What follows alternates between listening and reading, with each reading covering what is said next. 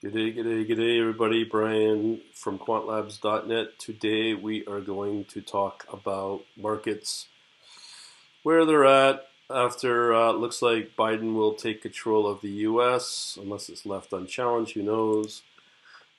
So let's go over where the markets are at. Everything's pointing down today, 9:52 a.m. Again, Friday, November 6th. So everything's pointing down about 0.5%. So first things first, if you're interested in these sort of things, come over to get some free trading tech books, PDF format. That's cool. I've also put up a new questionnaire. If you want to talk to me about your trading, your goals, get in touch with me. I got a questionnaire at quantlabs.net/questions. Email them to me. The instructions are there. Pretty simple stuff. All right, let's get into the markets. Yeah, so I've done a scan, about 100 and plus instruments there.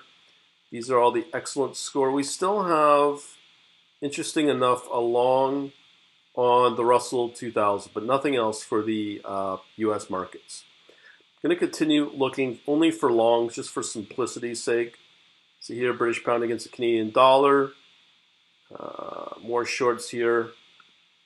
British pound's not looking too good, as well as a lot of shorts there. Euro against the GBP's down as well.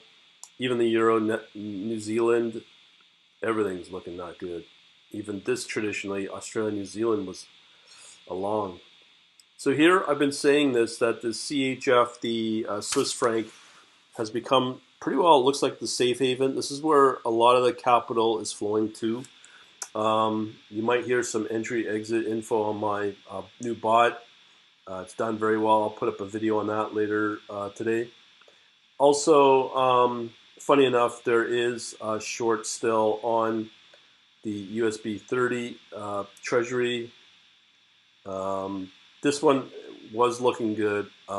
This may start to swing back up, as you can see here, 2 legs down, and it might come back if the markets do get back, and that's the USD HUF, the Hungarian. Even what you'd think is a traditional USD Japanese yen is not looking good. Yeah, there's just not a lot out there to brag about. The British pound against the Australian dollar has a long, but you can just see it's very dead. There's just been very little volume in the markets right now. Things are consolidating even, as you can see here with the British pound and the Hong Kong. Just very, very, very little going on. And I don't know what more to tell you where the opportunities are. So that is all of the very good. I mean, there's a few more very good. I'll continue to look at those. We blew through the excellent. We got 100. That's may come back. I don't know. That's the UK, sorry. The UK down. Let's see what else is out there. As I said, the Euro Swiss franc is not looking good.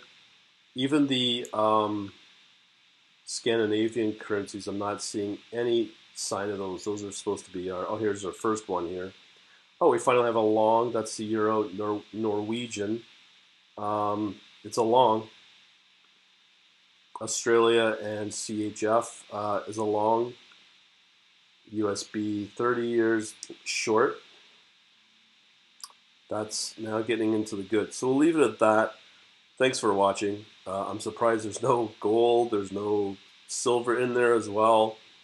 Not too exciting stuff. So we'll talk to you soon, and have a good day.